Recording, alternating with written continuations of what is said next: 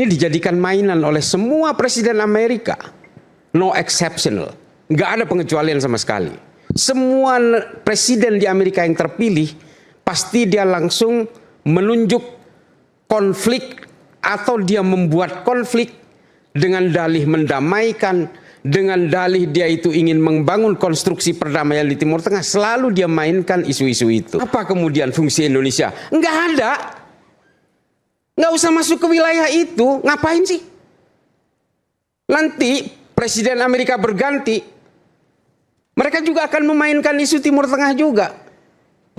Mau ke sana lagi? Indonesia Israel. Oke, saya dan jawab. Arab Saudi dengan Israel. Oke, saya jawab. Perdamaian bagus nggak tadi katanya? Oh, bagus, memang. Kan? Nah, sekarang itu saya pertanggungjawabkan kata-kata itu. Apa masalahnya dengan perdamaian? Board of Peace, kesepakatan Abraham. 4 bulan yang lalu Iran dihajar dengan dalih untuk menghancurkan pengayaan uraniumnya. Dan Trump sudah mengatakan bahwa senjata nuklir di Iran sudah terselesaikan semua. Hari ini dia diserang dengan tuduhan yang sama. Sehingga terus pernyataan Trump itu berdasarkan apa? Kilogram uranium yang diperkaya. Pernyataan Trump yang sudah mengatakan itu ditaruh di mana? Kita nggak ada yang tahu. Ya, terus pernyataan Trump bahwa semua persoalan nuklir di Iran terselesaikan itu berdasarkan apa dong? Gimana? Seru kan nonton episode dari Rakyat Bersuara? Sebelum kita lanjut, jangan lupa like, komen, dan subscribe official YouTube dari Okezone. Kalau udah, sekarang kita lanjut yuk nonton Rakyat Bersuara. Sebenarnya persoalan Timur Tengah ini kan All American President's Toy. Ini mainan semua presiden Amerika. Kenapa? Karena begini penyebab. Bukan hal baru lah ini. Bukan hal yang baru. Ini setiap terjadi pergantian presiden di Amerika, mainannya selalu Timur Tengah. Kenapa? Karena hampir semua negara di Timur Tengah itu masih berupa kerajaan. Artinya negara-negara di Timur Tengah yang dibagi-bagi oleh kolonial Inggris dan Prancis ini kemudian menjadi sandraan dari berbagai geopolitik dan geoekonomi global. Pertama adalah, coba bayangkan, di tengah giroh demokrasi yang selalu didengung-dengungkan oleh hampir seluruh negara di dunia termasuk Amerika, masih ada negara modern yang masih berupa kerajaan. Di mana negara itu menjadi penentu dari ekonomi global. Sehingga apa? Ini dijadikan mainan oleh semua presiden Amerika. No exceptional. Nggak ada pengecualian sama sekali. Semua presiden di Amerika yang terpilih, pasti dia langsung menunjuk konflik atau dia membuat konflik dengan dalih mendamaikan, dengan dalih dia itu ingin membangun konstruksi perdamaian di Timur Tengah. Selalu dia mainkan isu-isu itu. Bahkan pada tahap yang sangat buruk sekalipun, dia rela membuat gembong-gembong teroris di Timur Tengah. Satu hal lagi yang mungkin publik juga harus tahu, adik-adik sekalian semua. Saya sering berbicara soal ini. Sentimen Sunni dan Syiah ini adalah perpecahan paling awal di dalam Islam karena persoalan-persoalan politik. Persoalan politik ini kemudian dijadikan isu utama pada masa kolonial Inggris dan Prancis di Timur Tengah untuk berusaha mendiskonsolidasi orang Timur Tengah untuk melawan kepada penjajahnya.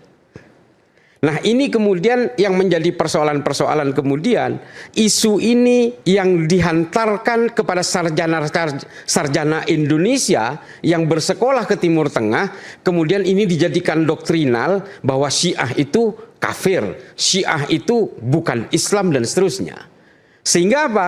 Keyakinan-keyakinan tentang bahwa Syiah ini kafir, ini kemudian menjadi narasi politik yang sangat awet hingga hari ini.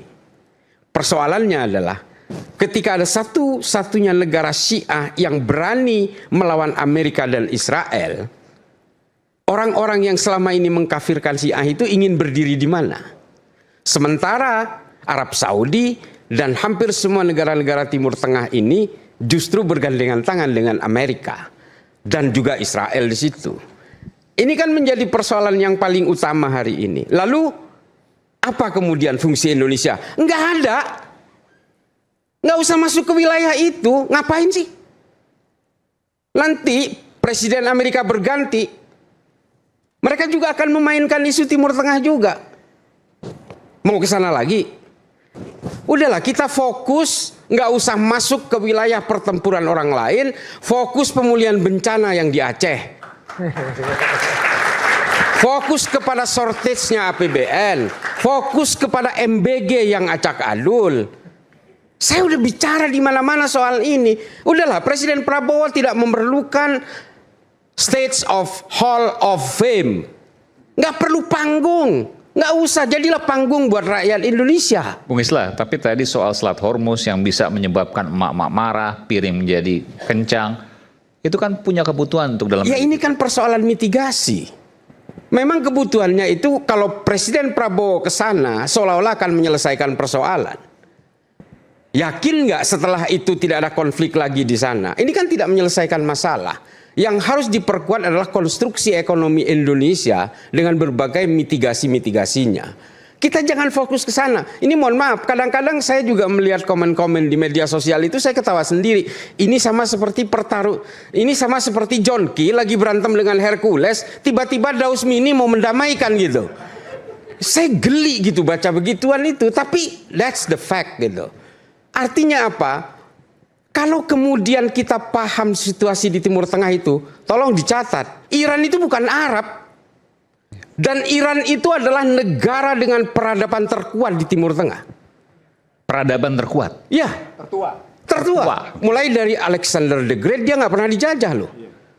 Nggak pernah dijajah sama sekali. Dan kalau kita mempelajari sejarah Islam, ilmuwan-ilmuwan Islam itu hampir semuanya dari Persia.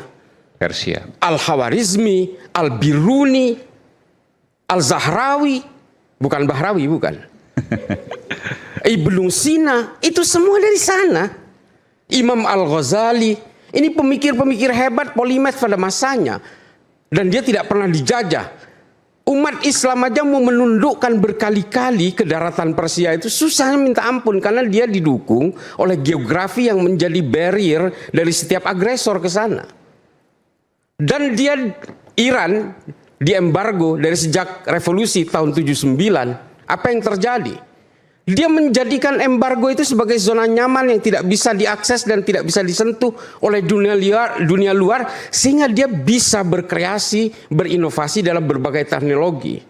Itu kalau kalian mau tahu nih, adik-adik sekalian dan juga publik semua, itu drone, kamikaze segala macam yang dipakai di perangnya antara Rusia dan Ukraina. Hari ini yang beredar di Cina dan sebagainya. Itu buatan Iran yang karena dia diembargo, kemudian di label made in Turki, di label made in Uzbekistan dan seterusnya.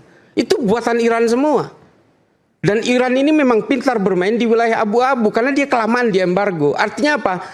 Iran ini memang menjadi kerikil dalam sepatunya Timur Tengah bagi kepentingan-kepentingan Barat.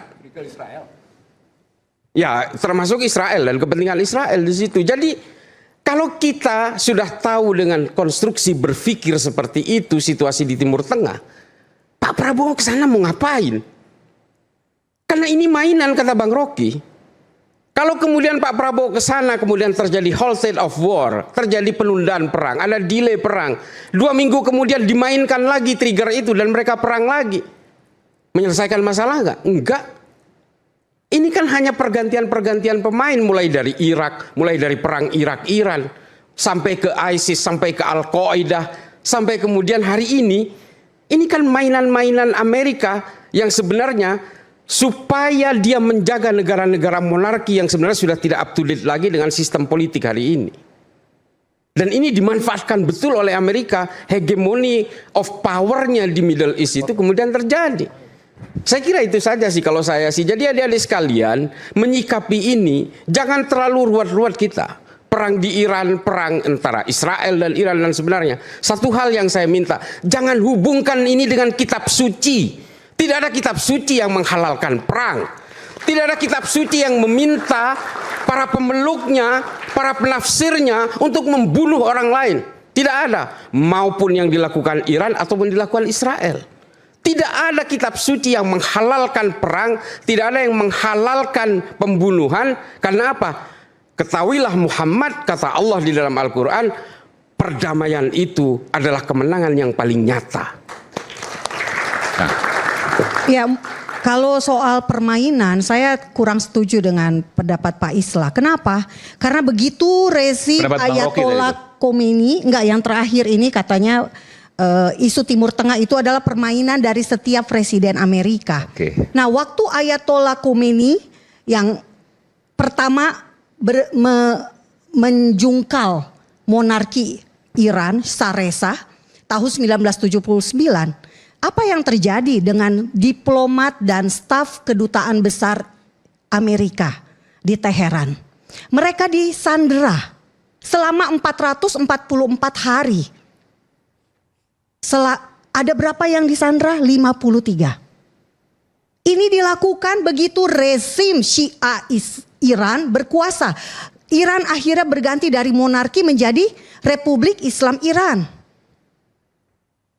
Nah, jadi saya tidak setuju kalau dibilang permainan. Karena apa? Karena ada penyanderaan selama 444 hari. Mbak Monik Dan tahu lagi- nggak sistem politik Iran itu seperti apa? Monarki, sebelumnya adalah monarki. Sekarang ini pemimpin spiritual adalah Ayatollah. Ada presiden. Tapi presiden, kepala dari pasukan Garda Revolusi, semuanya tunduk pada pemimpin spiritual Iran. Ayatollah, bahkan duduknya saja, mereka duduknya harus lebih rendah daripada Ayatollah. Paham. Intinya yang saya tanya ingin- sekarang, Saudi itu sistem politiknya apa? Saudi tetap sama, masih kerajaan juga, Oke. monarki. Amerika itu negara apa? Amerika negara demokrasi. Oke, Dan nggak seharusnya ada Amerika lebih masalah. mendukung siapa? Saat ini Amerika Serikat adalah dalam hal ini Presiden Trump ya. Dia telah berupaya mendamaikan negara-negara di Timur Tengah. Uni Emirat Arab, Maroko, Bahrain, Sudan dengan Israel. Katanya tadi apa? Perdamaian adalah tadi kutipannya apa Oke, Pak? iya. Perdamaian adalah apa? Begini. Kemenangan Yang paling nyata. yang paling nyata. Nah, sekarang ada kesepakatan Abraham yang dilakukan oleh Presiden Amerika Donald Trump. Dan harusnya September 2023 kita itu dalam proses untuk berdamai antara Indonesia Israel Oke, saya dan jawab. Arab Saudi dengan Israel. Oke, saya jawab. Perdamaian bagus nggak tadi katanya? Oh, Bagus memang. kan? Nah, sekarang Itu saya apa pertanggungjawabkan masalahnya? kata-kata itu. Apa masalahnya dengan perdamaian? Board of Peace, kesepakatan Abraham. 4 bulan yang lalu Iran dihajar dengan dalih untuk menghancurkan pengayaan uraniumnya. Dan Trump sudah mengatakan bahwa senjata nuklir di Iran sudah terselesaikan semua. Hari ini dia diserang dengan tuduhan yang sama. Tahu nggak Amerika? Dia tidak mungkin menyerang negara yang punya senjata nuklir. Nggak mungkin. Nggak mungkin.